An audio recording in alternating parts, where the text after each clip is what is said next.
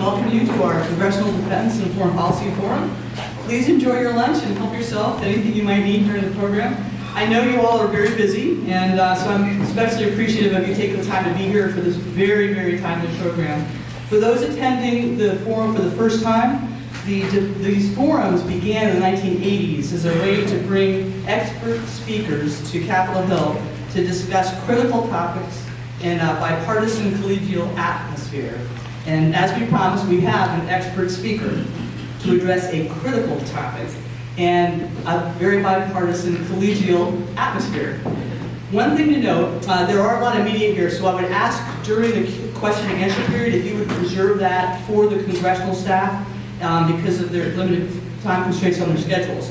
So we're very honored to have Gordon Chang, a prolific writer, a fearless commentator, and a bold thinker to address what is happening in Asia today, especially for the citizens of Hong Kong and South Korea who are on the front lines of freedom. Gordon is the author of Losing South Korea, Nuclear Showdown, North Korea Takes on the World, and The Coming Collapse of China.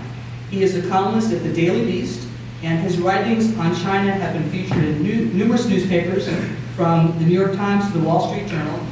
And he's also a frequent commentator on CNN, Fox News, MSNBC, PBS, and BBC, and many others, as well as a regular co-host and guest on the John Batchelor Show. I know his time is in great demand, so we're very honored that he has taken the time to be here to speak for the Congressional Defense and Foreign Policy Forum on the topic, Hong Kong and South Korea on the front lines in the battle for freedom. Gordon?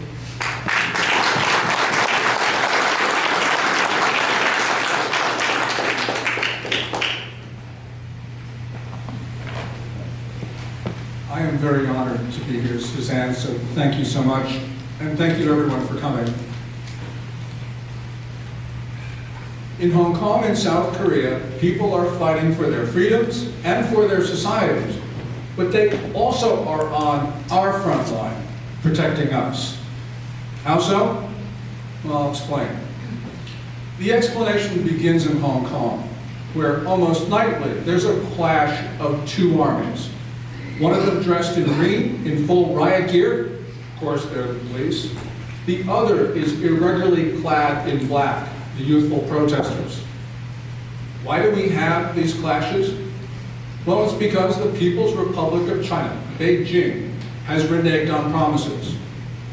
In the Sino-British Joint Declaration of 1984, China promised Hong Kong a high degree of autonomy for 50 years under the one country, two systems formula. Beijing, however, since the handover, the return of Hong Kong to quote-unquote China that occurred in July 1997, since that time, China has encroached on those freedoms and has taken away that autonomy.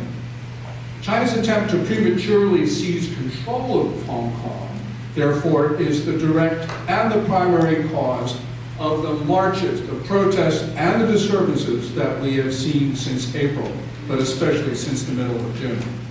Now, the immediate grievance was the extradition bill proposed by Carrie Lam, the Hong Kong chief executive, the chief political official in Hong Kong. This bill would have allowed Hong Kong to send fugitives to the People's Republic, where, of course, there is no rule of law, there is no justice. Now, of course, this sparked opposition among the so-called pan-democratic forces, but it also was opposed by the business community. The pro-Beijing business community was concerned that Hong Kong would no longer be a refuge, that they would be subject to their predatory Chinese business partners who would use the bill as a weapon to reach into Hong Kong and take them into the mainland. But the reason why I think that the extradition bill provoked such a sharp reaction was that it was the last straw for many people. And now people say, and I think that it is true, that Hong Kongers have drawn a line, that they believe that the extradition bill is the last stand for their homeland. Now, even now, after Lam has announced the permanent withdrawal of the bill, that's one of the 5 demands, even after this, the protests continue with the same force and the same virulence. It's no longer about the extradition bill. It's about China. Society, I think, is amazingly united. You see somewhere between 2/3, maybe 3/4 of the people have absolutely determined that China is a malign actor. And therefore, we've seen something also interesting, or more appropriately, we haven't seen something. The dog that has not barked is that the mass of people in Hong Kong have not criticized the always rowdy and sometimes violent protests of the young kids, the ones who are in black. I think most Hong Kongers right now have evidently decided that they're much more concerned about the excessive force used by the police, by the intransigence of Carrie Lam, and by the intrusive actions of Beijing. They're much more concerned about those things than they are about the tactics of the youthful demonstrators. So Hong Kongers are fighting back. And because they're fighting back, China is not moving its tanks and its armor and its troops into Hong Kong. I think that China does not think that if they did so, that this would be a Tiananmen, as people talk about. Tiananmen, of course, is a reference to June 1989, when Chinese troops advanced from the western approaches of the city to the center, killing in an unrestricted way. Hong Kong will be different. Hong Kong is an urban landscape. It has tall buildings and narrow streets that favor the defenders. So, if the Chinese were to move into Hong Kong in a forceful way, yes, there would be high casualties, but on both sides. I don't think that Xi Jinping, the Chinese ruler, wants his first war to take years, maybe decades, to result in high Chinese casualties and end in defeat. So why should we Americans care what happens on the periphery of Chinese soil? We care because the same power that is encroaching on Hong Kong is also attacking our democracy. Indeed, that power is attacking the concept of democracy. China is gunning for all of us. When my wife and I were in Hong Kong in the beginning of this month, we talked to a formerly pro-Beijing journalist who was jailed. Now it's just a journalist, Chang. He looked at me and he said, "What's happening in Hong Kong, what China is doing in Hong Kong, is a warning to the United States." So, yeah, it's true, people in Hong Kong do need America, but we need the people in Hong Kong. Over there, people are fighting for their homes. And if we ignore their struggle, we very well may be doing the same thing in the not too distant future. Hong Kong is the front line of freedom. There's another front line. That's South Korea. President Moon Jae-in is doing his best to end democracy in South Korea. More important, he's working to end South Korea itself. That's the state that he was elected to defend. That's the state that he took an oath of office to defend. We got a hint of that on August 15th of this year.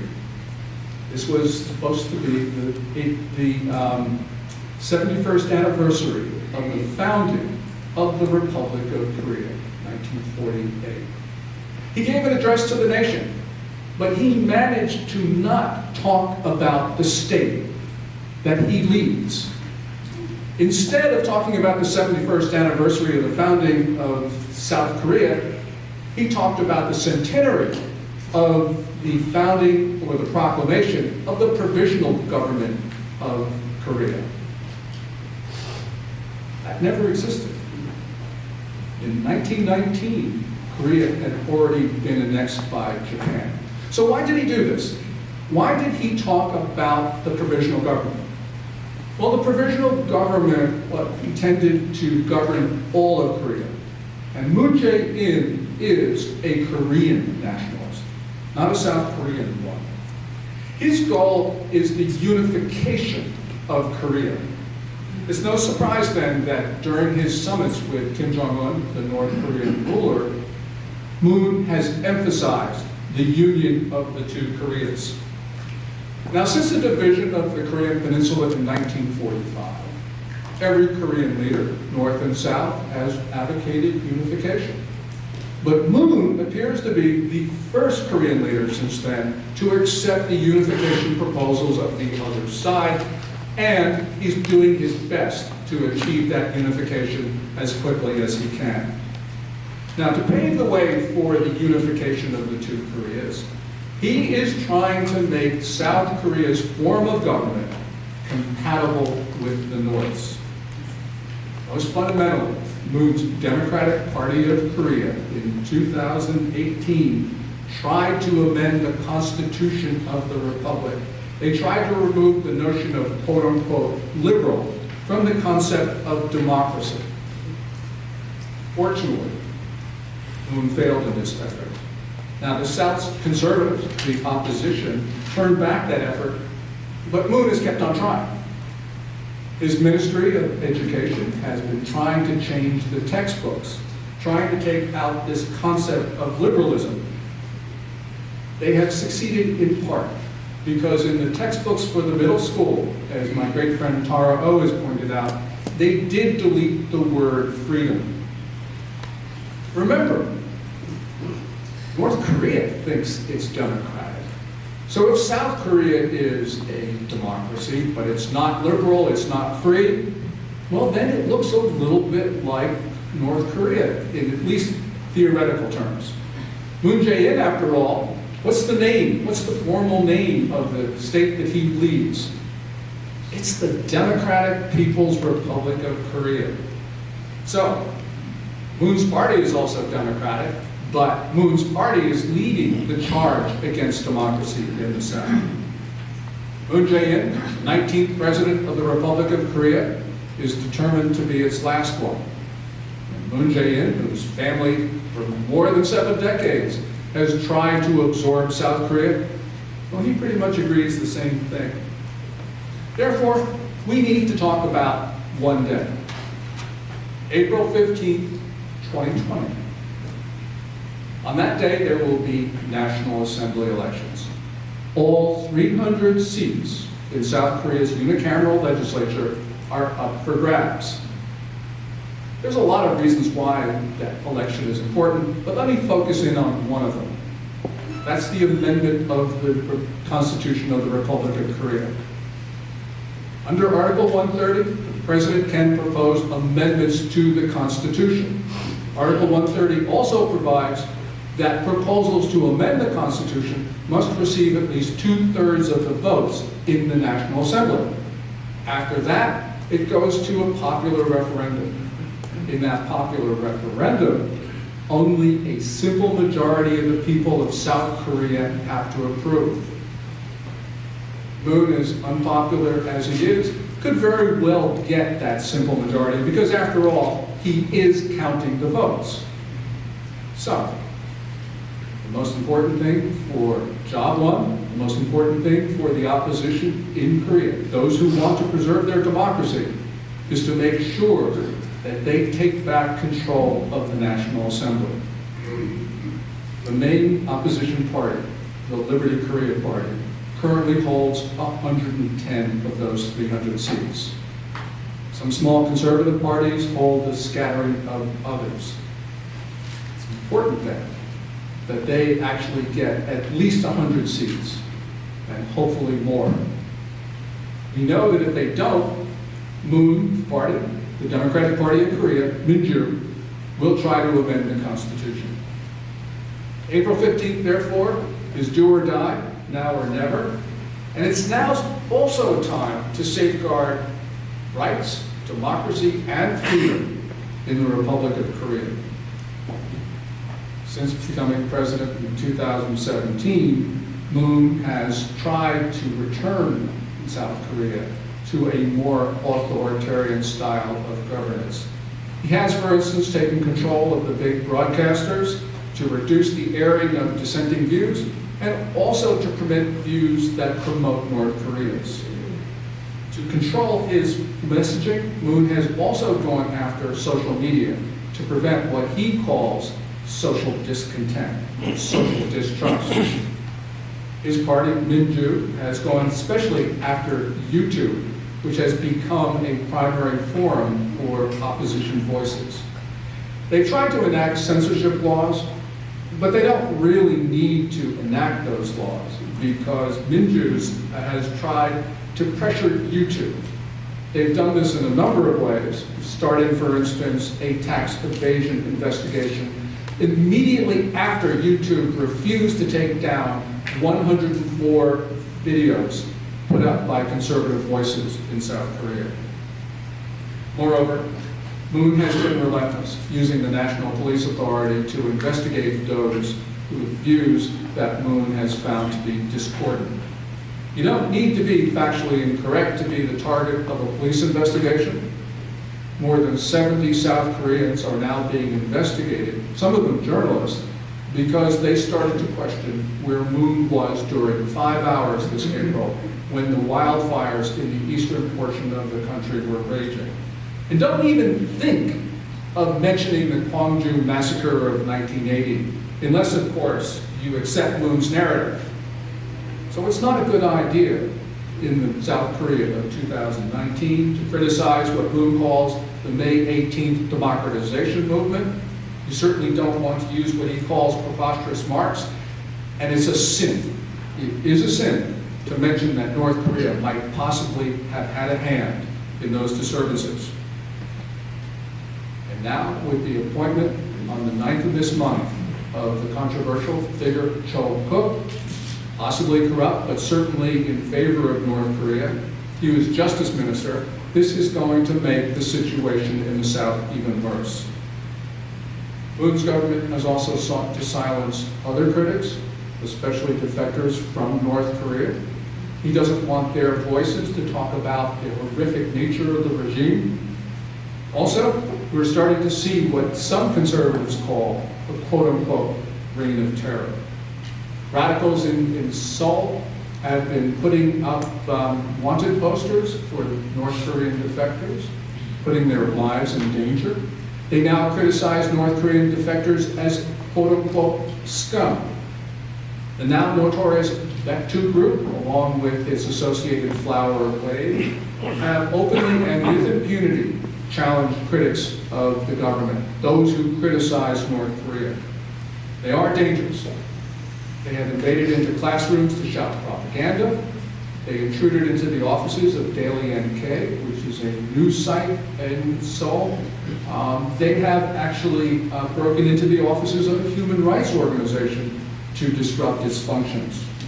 They have made public death threats, and they have staged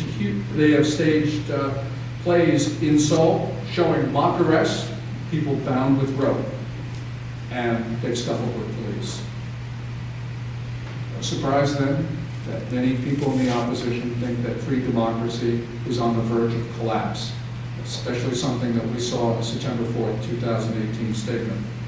In short, opposition, conservative voices have been pressured, they've been prosecuted, they've been coerced, and they've been harassed. In the new South Korea, we are even starting to see some of the fear. In the big flag rallies on weekends, many people hide their faces or try to make sure that photographers don't catch them.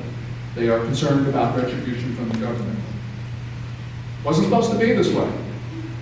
When Moon was inaugurated in May of 2017, he said, quote, "I will strive to get rid of authoritarian practices in the presidency." Obviously, that promise has not been kept. Now, Moon, and this is ironic, was once a human rights lawyer and a campaigner for democracy. We can't blame him for authoritarianism in South Korea.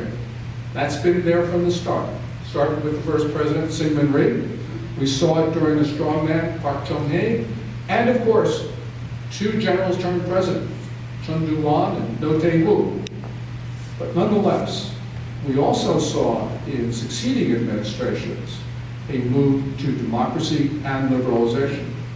And we can clearly say that South Korea was a more open place during Moon's two predecessors, Lee Myung-bak and Pak Geun-hye.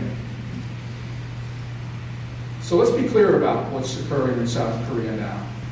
It's the reversal of decades-long processes to make South Korea a more free and open and democratic society. Some people have even suggested that the UN would appoint a special rapporteur for South Korea. Things have gotten that bad. So unfortunately, the South Korea of tomorrow could look like the South Korea of the past. Maybe it could look like North Korea. What is most disturbing is that Moon has been trying to take down the defenses of South Korea. Tara has talked about the September 2018 agreement that Moon reached with Kim Jong-un when Moon went to Pyongyang. That agreement clearly favors the attacker, North Korea, much more than it favors the defender. Moon has unilaterally taken down defenses, tank traps, observation posts, fencing near the demilitarized zone. He's also been implementing plans to make the South Korea army smaller in circumstances which are quite puzzling, and he has been undermining South Korea's alliance with the United States.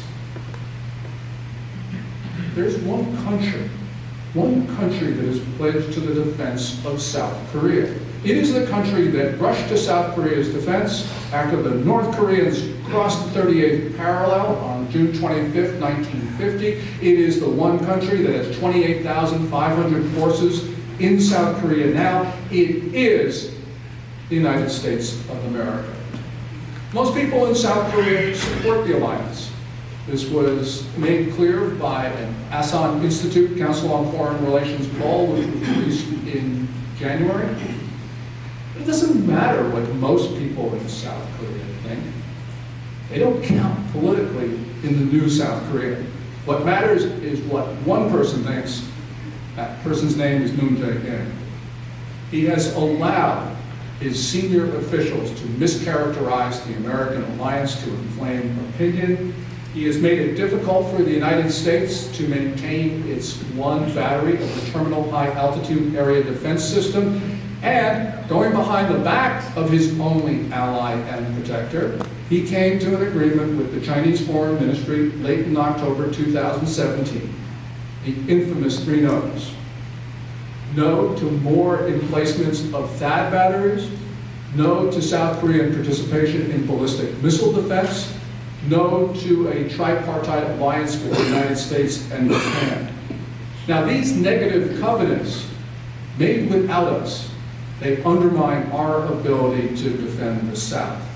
And they are, as some people have said, a deference to a Chinese bully who is supporting a North Korean aggressor. I can't say, I'm not in Moon's head, I can't say that he hates America. But when our president visited South Korea at the end of June, President Trump stood next to Moon and the First Lady. And the First Lady was wearing conspicuously a blue butterfly brooch. I'm not sure our president understood the significance of that political statement, but the blue butterfly has become a symbol of anti-Americanism in South Korea. And so what Moon was doing was he was disrespecting not just President Trump, he was disrespecting the United States of America. Let me close with just one point.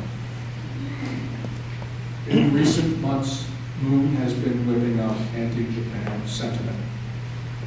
We sort of paid attention when Moon terminated a military information sharing agreement a few weeks ago. Now, I can understand anti-Japanese sentiment. My father during World War II was one of millions, perhaps tens of millions of Chinese who fled the Japanese marauding army. He was in Shanghai at the time going to school. He then walked west along with everybody else, hitched a ride. He just got himself to places like Kunming, where he was strafed by the Japanese, and went to other cities, getting away from the Chinese. But let's be clear. No Japanese official who prosecuted that war is alive today. No Japanese who was an authority in Korea during the annexation period is alive today. Moon has to understand that regardless of how he feels, he needs Japan. In the case that the North Koreans invade, in the case that the Chinese aid them like they did in the Korean War, the United States will need Japan's cooperation to defend South Korea. We will need the forces that we have in Japan. We will also need Tokyo's active cooperation. I don't think that Moon particularly cares. He's pro-North Korea, pro-China, anti-America. In short, he's a danger to South Korea, which means he's a danger to freedom, which means he's a danger to us. Our front line today, front line of our freedom, is Hong Kong and South Korea. And it's time for we Americans to step up and defend them. Thank you very much.